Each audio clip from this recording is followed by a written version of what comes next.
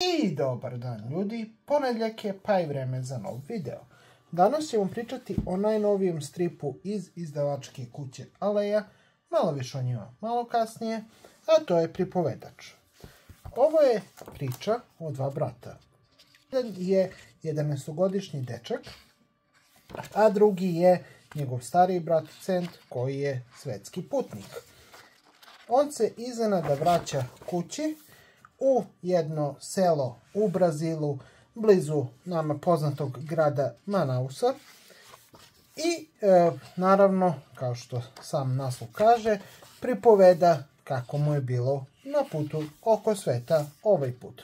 On često odlazi od kuće, često se vraća i uvek ima neke nevjerovatne priče šta mu se sve dešavalo tokom njegovog puta oko sveta.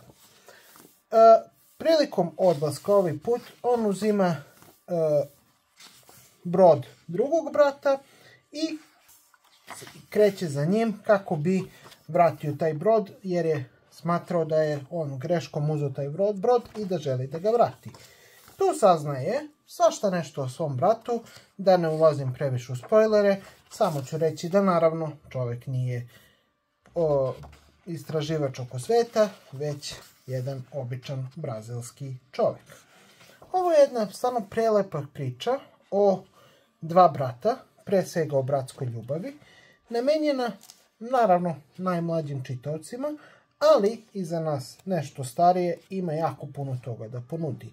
Ovo je jedna prelepa avantura, jedna prelepa priča o ljubavi između dva brata i nešto što ja definitivno smatram kao vredno čitanja, samo zato što je jedna stvarno odlična avantura napisana, odnosno urađena od strane dva Italijana, Teresa Radaće i Stefano Turchioni.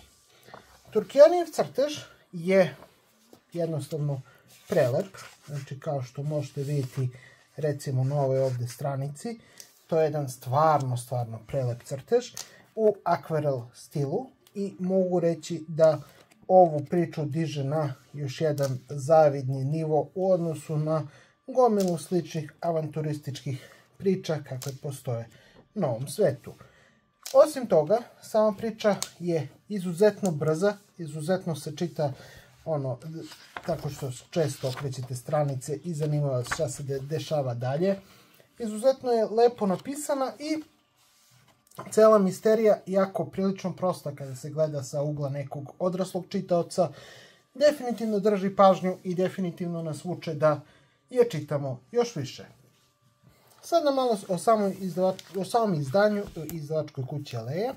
Izdavačka kuća Aleja je kuća koja prvenstveno izdaje stripove za decu, znači za najmlađe čitaoce. Ovo i Rebis su dva izdanja koje su namenjena i nešto starijoj publici, a što se samog izdanja tiče, ono je stvarno prelepo urađeno na jednom prelepom mat papiru koji ima odličan osjećaj pod rukom, odlično prihvata ovu boju koja je, kažem, u nekom akvarel stilu i definitivno čini da stranice bukvalno, odnosno crtež bukvalno iskače sa stranica. Osim toga, tehnički povez je prilično dobro urađen, ne mogu uopšte se bunim. Štamparija meni prilično nepoznata, SP Print iz Novog Sada je ovoga puta odradio odličan posao. Sve u svemu od mene ovo delo dobija izuzetno jaku osmicu i izuzetno jaku preporuku ukoliko želite da pročitate jednu klasičnu avanturu urađenu na apsolutno najbolji način. Hvala vam na gledanju, bacite jedan like, share, subscribe, ring a bell, everything else, pa se vidimo već u sredu. Bye bye.